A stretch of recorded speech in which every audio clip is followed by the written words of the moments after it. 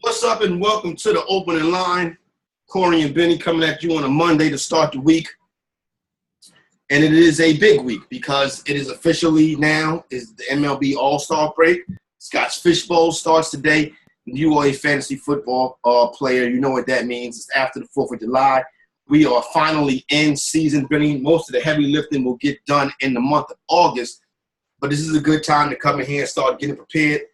And before we get into some fantasy football talk and tell you about how you can get down with Fantasy Guru, Benny, how was your weekend? Oh, not too bad. I finally back in the back up in North Jersey, back in the hood, so to speak. Yeah, so I got away from the suburbs and the beach and all that stuff. So that was never fun. But we got most of the house together, at least enough that we can kind of live there and enjoy it for the rest of the summer. So mission accomplished. No doubt. I was around your way. Oh God, what day was that? It was one day. Maybe it was Thursday or Friday. I went out to the sports book, and you know where that accident happened at, where that thing went over the divide at? Like 5 blocks away from my house, yeah. Well, the bus broke down right there. Oh, no. The 160 broke down right there. So me and a partner, one of the dudes that always ride the 160, I always see him. Whenever I get on the 160, he's there. Like, we don't coordinate it, but he's always there. He was on the bus, so me and him hopped in the Uber, took an Uber to Meadowlands. They actually took split an Uber back to Manhattan. So that was good times right there. That day, Benny, I bet the Josh Bell. Home run?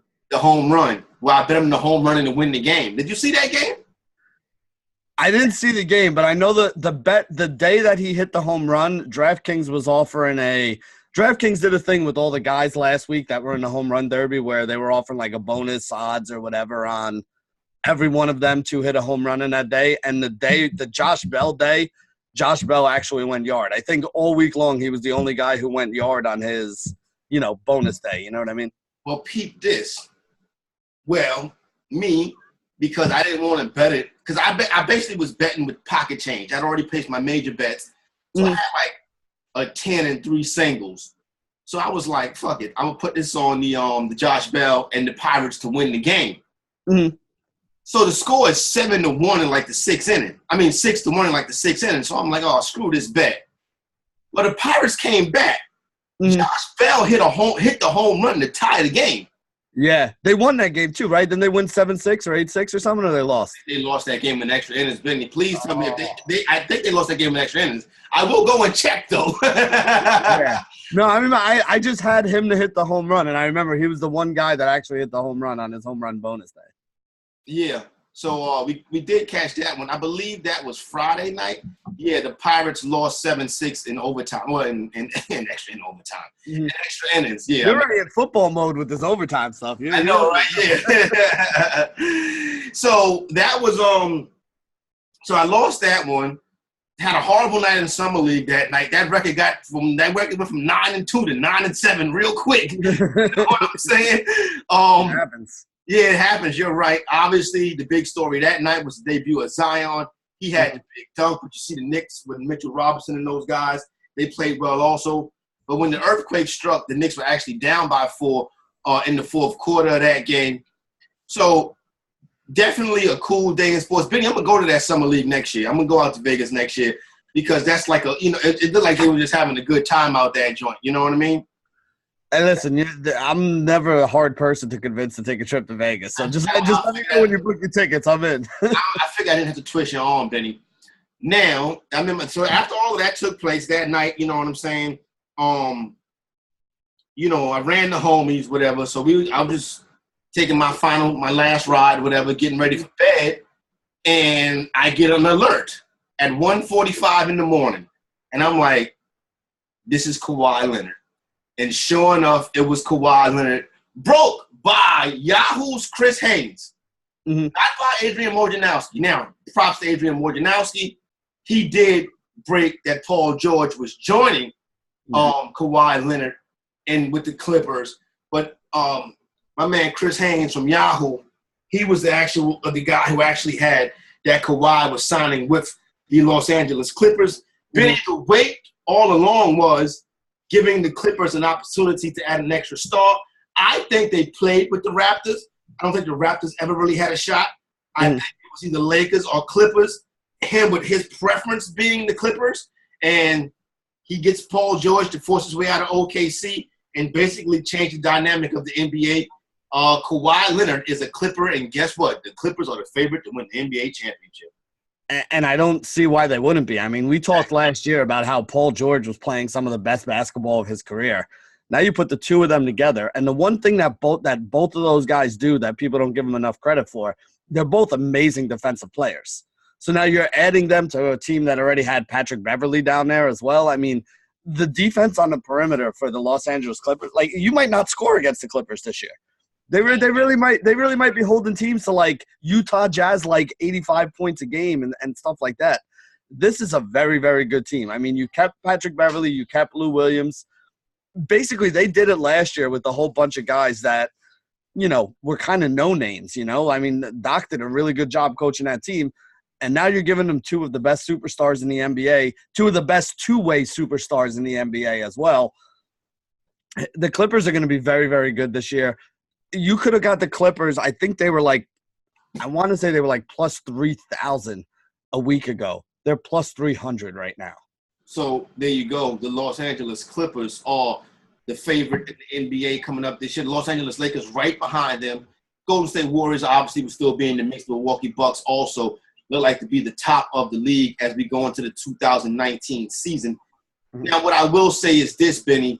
The Lakers are right there too, though. The addition of Boogie Cousins, a healthy Boogie, obviously LeBron James motivated and well-rested, Anthony Davis when he's on the court, the top 5 player in the NBA, in my opinion. They share a building for now, but I guarantee you the Clippers' next move is to get out that building and probably get on that same complex where the Rams are building their stadium at. Well, I think the big thing, too, that people are kind of overlooking is not only did you have Anthony Davis and LeBron James, but, I mean, they brought back Rajon Rondo, who's been the championship point guard before. You brought in Danny Green, who's been a championship player on a lot of teams before, and is a very solid other guy there. And he's a good guy to add with those guys because he doesn't need the ball in his hand. Exactly. You know, he could play 30 minutes, hit a couple open jump shots. He's not going to hurt you. And he's gonna add to your defensive presence, which is something that they're gonna kind of need here. To me, Corey, I think the Lakers really come down to is how healthy they can stay, right? I mean, that's you look at all the guys in this team right now. You know, LeBron's getting a little bit older. He takes a couple games off here and there. Anthony Davis has a well-documented injury history that, you know, basically is every single season. You know, Boogie hasn't been healthy in the last couple years and is coming off another injury as well. You know, Rondo's had some injury issues himself. The big thing with that team is going to be staying healthy, right? I mean, coaching. You know, well, honestly, how much coaching do you really need when you have those kind of guys? Well, what I'm saying is coaching as in the fact of LeBron James don't slap the shit out of Frank Vogel. That's what I mean when I say coaching. Yeah. You know what I mean, again, like, you know, you look at the teams that the coaches that LeBron has played for, other than Spoelstra, who I like a lot, can you really say he's actually played for any good coaches? You know, I mean, that's the thing. The thing about it is the Frank Vogel thing. The Frank Vogel is a Phil Jackson thing. Phil Jackson made that hire, straight up. That's a Phil Jackson hire. And LeBron James despises Phil Jackson. And that makes me think, okay, it could be something there. But other than that, as long as they're winning, Benny, they'll be good to go. I mean, the thing I like about Vogel is Vogel's a defensive-minded coach. Listen, this team's going to have no problem scoring, right? I mean, we just went through all the names on this list. Like, this team is not going to have a problem scoring. They need to stop people. You know, you can't do what you did last year. You can't play these games that end up, you know, 125, 120 and expect to beat good teams that way. You need to be able to stop people. You need to be able to get stops when you need stops in big games, when you're down a couple points, you're trying to come back, or, you know, even when you're up 2 or 3 points and you're trying to seal a game out. Last year, they couldn't do that. You know, they had no, like, you watch the tape of them, like, there's no defensive cohesion. There was no rotations. Guys didn't know what they were doing. You know, you had guys like, I mean, again, I love LeBron James, but the 36-year-old LeBron James was not flying around like 26-year-old LeBron James did. You know, running guys down and blocking shots from behind, getting in passing lanes, you know, switching on every screen. That's really the thing that they're going to need to do. I mean, again, we've seen a lot of groups of great players be put together before, and we've seen them fail. We've seen it happen with the Lakers. Remember when they went and got Gary Payton and Karl Malone, and, everyone's like, oh, give them the championship. They got 4 All-Stars on the team. Don't work like that. Yeah, you still got to go out and play the games. Listen, I think when you have Anthony Davis and LeBron James on your team, there is not a single series that you're going to go into where you're not going to feel like you have a chance to win.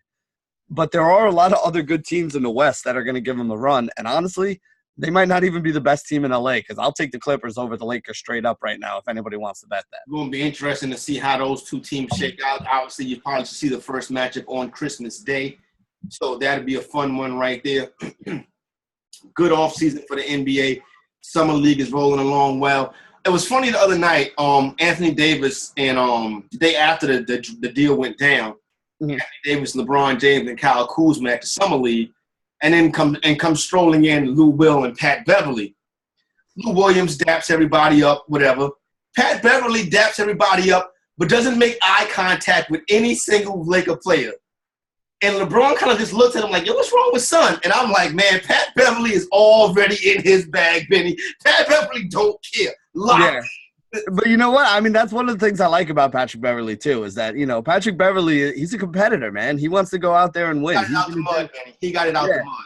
He's the kind of guy that you want, if you're in a foxhole, that's the kind of guy you want next to you in the foxhole. So, adding him with Kawhi and Paul George in there, like I said, that defense is going to be nasty. Teams are not going to enjoy playing the Los Angeles Clippers this year. No doubt. Sick, obviously, come back on this side. The Kevin Durant and Kyrie Irving official now, members of the Brooklyn Nets. So Kyrie obviously will kick things off, and then obviously, Durant still about a year and some change away. One thing I find interesting, though, and I read this weekend, Benny, and I want to see if you have a take on this. One of the things that's hurting the Knicks in free agency, they play in Midtown Manhattan. Their facilities is 45 minutes away in Tarrytown, New York. A lot of Knicks players hate that because the commute back and forth on game days is a pain, number one.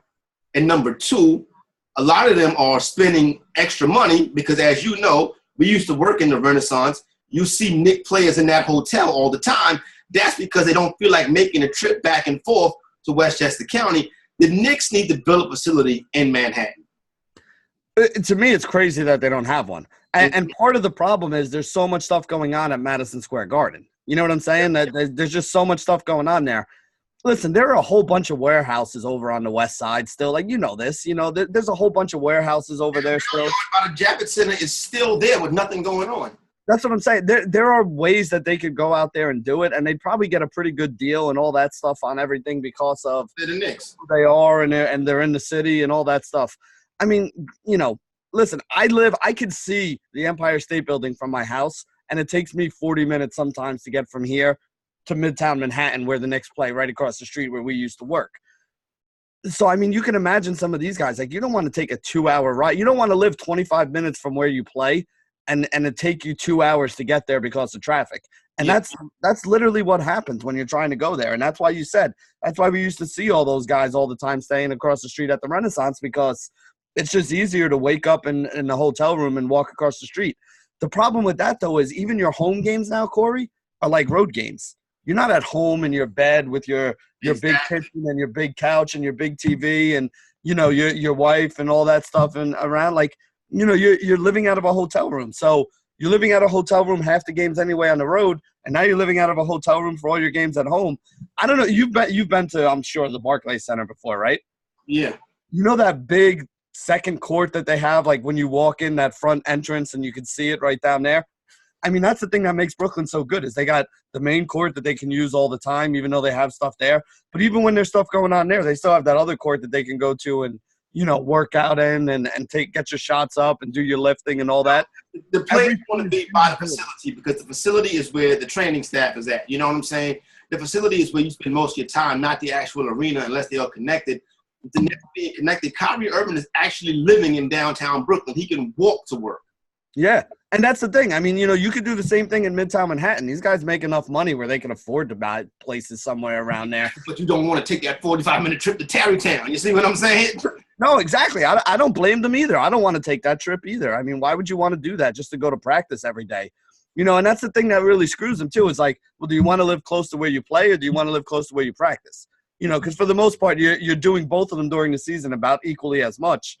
That's what makes Brooklyn such a better best destination. Like you said, you can get a nice place in a nice area in Brooklyn. You can walk to work. You can walk to practice.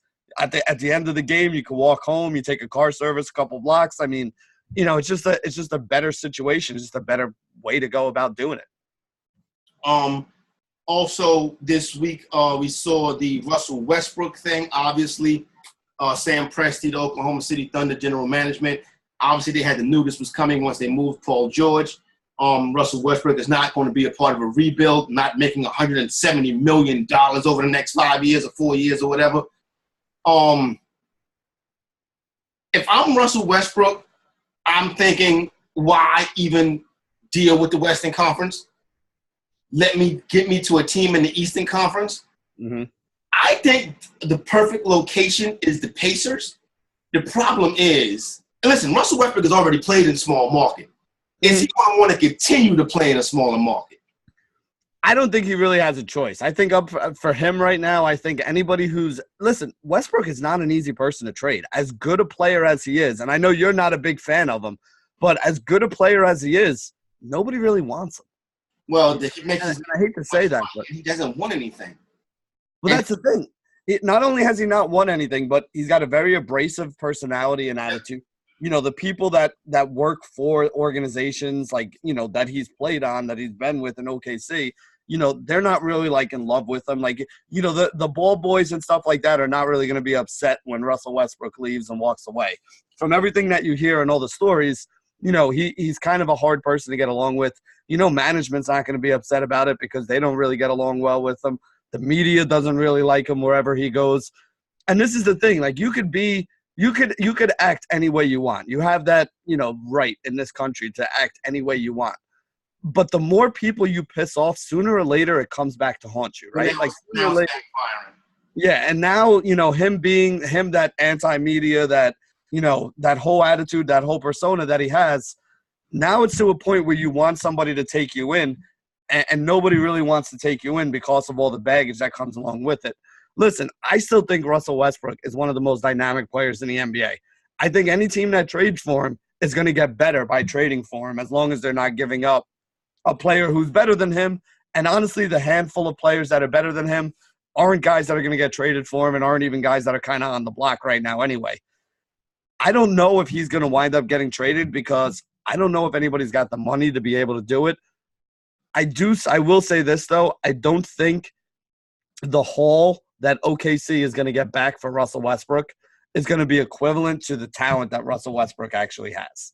I think the Miami Heat, I think the Detroit Pistons are two teams that I would look at right now. Dwayne Casey, obviously that system they got set up out there in Miami. They already got JB there. You know what I mean? The Pistons are a legacy franchise. You got Blake. You got, I guess that's Andre Drummond. I think it's a clone, at least what I saw. I think you got to trade one of those two to get him, though. In order to get Westbrook, just because of the salaries, I think one of those two guys has to be in that trade. So you're not going to have Westbrook, Blake, and Andre Drummond on the same team. One of those guys has to go. You're right. So then also that's interesting. Also, so that's the Russell Westbrook situation. So the NBA, obviously the summer league continues on. One thing I will say about Zion Williams and his debut, we know he can dunk and do all of that stuff, and he's definitely an explosive ball player. He has to lose weight, man. He doesn't really have the kind of the typical kind of NBA body. Yeah. But then again, like a guy that big who's still so athletic, you know what I'm saying? Like if he slimmed down and he lost weight, like is he going to be jumping over the backboard at this point? I mean, you can't 300 pounds at 19 years old is tough, man. Yeah, well, again, I mean, this is what happens with a lot of big guys. I mean, you look at Shaq when Shaq came in the league, and how big he was. He kept himself slim for a while, and then eventually, I mean, it catches up with you eventually, I mean, no matter who you are, whether you're a professional athlete or not, you hit your, when you're 20 years old, you can eat cheese fries and buffalo wings and drink beer every night and not gain an ounce. When you're 30 years old and you do that, you start showing some love handles. If you're still doing that at 40, you're going to be very overweight. And 25 years old, if he is at 25, if he is 315 at 25, you got to be in excellent shape. George Burke made the point the other night. LeBron James spends seven figures on his body. That's crazy. I mean, it's crazy, but it's not crazy because he spends seven figures to make, literally he's making close to $1 billion in his career as a professional athlete. So when you look at it that way, it's not crazy. I mean, Michael Jordan was the one who really started all this. And a lot of these guys have Michael Jordan to thank for that. Jordan had a nutritionist. Jordan had a workout guy that came in and worked him out privately. He did all these things to keep himself in top physical form. And that's the way you're able to play into your mid and late 30s and still be a productive player. Listen, LeBron James, like we said, LeBron James started in the league when he was 18 years old. He's in his mid 30s right now. Yep. 20 years, 17, 18-year NBA careers, that takes a toll on your body. And this is my thing with Zion too. You look at Zion, right, Corey? Like, again, I am 5'7", 5'8". I weigh about 160, 170 pounds. Me jumping up and down doesn't put anywhere near the amount of pressure on my knees and my ankles and my joints as it does when you're a 300-pound guy. And the other thing is I jump, 25 inches off the ground. He's jumping 35, 40 inches off the ground. You're coming down with so much force all the time on that. Again, I love the kid, and I really hope he does have a great NBA career, and I think he's going to be fine. But he does need to understand that there's a lot of things that go along with being a professional athlete at that level. And, he's going to have to get in the weight room and do some work, and he's going to have to get a nutritionist and start eating right and doing all those things. Because if you want to have the kind of career that a LeBron James or Michael Jordan did, look at all the things that those guys put into keeping their body in top physical shape to be able to do that for as long as they had. No doubt, and I'm sure he'll be fine. You know what I'm saying? They mentioned it during the game. Listen, the kid's been doing a lot. He, just got drafted and running around and doing this and doing that. So, I'm sure he's probably just like, not concerned about it right now. But it's time to start getting ready because October, I guess, is 19th will be here before you know it. And he cannot look as pudgy as he can if he wants to, but he can't look as pudgy as he did this past weekend. And I'm still waiting for him to sign that shoe contract also.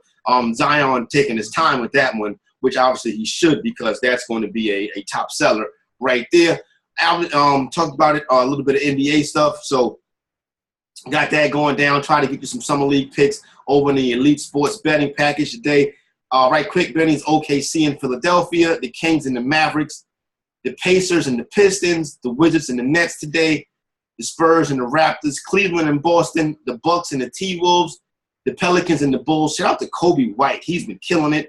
You got China and the Hornets and the Warriors and the Lakers. And that's today's card. So a little bit later on in Elite Sports Betting, get a couple picks up there for you. Major League Baseball All-Star break in full effect. We'll get to some home run derby props. I mean, it's not props, home run derby odds a little bit later on. Benny, fantasy football, fantasyguru.com.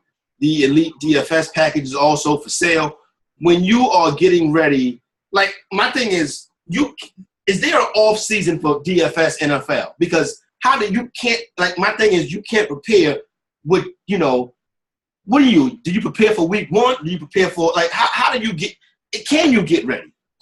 I mean, yes and no, to be honest with you. Again, for DFS, you really need to know, who the guys are that are going to be on the first team and who's going to be playing. The teams that have new coaches, you're not really going to see, even in the preseason, you're not really going to see what the quote-unquote air raid version of the Arizona Cardinals is going to look like much in the preseason, right? Because you're going to get a series or two in the first game, maybe a series or two, at a quarter at most in the second game. They'll play a half of the third game. That's usually the game where the starters actually get out there and do their kind of dress rehearsal. And then you're not going to see any of those guys in week 4. So really what I do to get ready for a DFS season is my season-long drafts, which is what I'm doing right now. Like I said, the Scott Fish Bowl starting today is usually the one that kind of kicks off my major drafting season. So I'll do that, probably take a week or so. It's a slow draft before that's done. I'll probably hop into a couple of these, MLF 10s or, hop into some of the $25 draft champions ones over on the NFC website. When I really start doing my big drafting, like, when I take my main event ticket, when I take my, my cut line tickets and all that, it's usually in August because I want to at least see how things are working out. One thing you're able to tell from week 1 and week 2 of the preseason, if there's a running back, like 2 or 3 guys in a committee that you're not sure how it's going to work out, you want the guy who's not playing the first 2 weeks of the preseason. If you see that they're sitting, like if Rashad Penny's sitting and Chris Carson's getting all the carries in week 1 and week 2 of the preseason, that means that they're looking at Penny as the starting running back in that group right there. Yep. Yeah, so those are the kind of things that I want to start seeing before I draft, so I at least have a little bit of an idea. The Chicago Bears is another one. I want to see what the Bears are going to do with this backfield because there's 3 or 4 guys that could wind up being significant pieces, whether it's Cohen, whether it's Montgomery. I want to see how they're using these guys because the guys that they're not using are the guys who they're going to be concentrating on using more during the regular season, and that's really what you want to know. If they're giving some guy 25 carries in week 1 of the preseason, there's a good chance that guy is going to be a 3rd or 4th running back at best because a lot of teams use the preseason to kind of figure out who those last couple guys on the roster are going to be. Your 3rd running back, your 4th running back, your 4th wide receiver, your 5th wide receiver. That's really what teams are using it for. You're not using it to see if, your starting running back is going to be able to handle 20 carries a game. That's what you wait for week 1. So to get back to the original point of your question about how do you get ready for DFS, I mean, listen, I'm still looking at all the teams' depth charts. I'm still reading all the, blurbs and the clips that are coming out from various beat writers telling me this guy's earning a position in camp. This guy's probably going to be a starter, things like that. So the best way for me to get ready for DFS is to really play my season-long stuff because now I'm up on all this news. I know who the guys are going to be good are. And then even then, like week 1 of DFS, there's usually a lot of overlay, but it's never been my favorite week. It's never been my most profitable week because there are a lot of things that are uncertain. So unless you're playing 150, 200 lineups, which is not usually how I go about doing my DFS stuff, you're not able to cover all the different scenarios and you don't know. For me, the more information I have, the better decision-making I can make. Week 1 is not a time where we have perfect information in NFL. No doubt, and I agree with you on that one. The same thing goes in the season-long part of it also. So fantasyguru.com, you can hop in there right now. The podcast, the articles, the draft kit, everything up and rocking and rolling. So we got that covered for you as we go into this also precious time to take you on your journey to 2019 Fantasy Glory. Benny, let's get some quick picks for the MLB Home Run Derby, which is tonight. And then let's get up out of here because your boy got to go to the bathroom. Hey, listen, there's not a lot. I mean, if you look over at my prize picks tonight or if you look at any of these websites, if you're asking me who I think is going to win, I think the 2 guys that are the best chance are Pete Alonso and Josh Bell. Okay. I'm not going to lie to you, Corey. Like I pick my home run derby contenders based on StatCast stats. I want the guys that have, the highest velocity off the bat this year. I want the guys who have already hit the furthest home runs of this year because those are the guys that just have the pure power. And the 2 guys that stood out to most when I was looking at the StatCast numbers were Josh Bell and Pete Alonso. So if I was going to do something over on Prize Picks, it would probably wind up being Josh Bell and Pete Alonso. And one thing I will say, I do not think Carlos Santana is going to do very well in this. I also don't think, as much as I love Alex Bregman's swing is not a home run derby kind of swing. So I'd be looking to go over with guys like Pete Alonso and Josh Bell, even though they're 2 of the highest numbers there and 2 of the favorites. I'd be looking to go under the number of home runs on guys like Alex Bregman and Carlos Santana. All right, there you go right there. That is Major League Baseball Home Run Derby. You can play that just about on any book. Benny, before we get up out of here, big piece of chicken. You got to give it to America's favorite team, the United States women's soccer team. Yeah, I mean, there's no argument. What they pulled off, winning the World Cup, not only winning it, but the biggest goal differential of any team ever. They were never trailing at any point in the entire tournament, not even for a minute. So, I mean, that's about as good of total dominance as you can possibly have. I mean, listen, they're awesome. You got to love the soccer team. If you didn't enjoy watching that, I don't know what I could say. You know what I'm saying? All right, Benny, so your boy can go to the bathroom. It's the opening line with Corey and Benny. There you go. We'll be back with you tomorrow and throughout the course of the rest of the week, but we are out.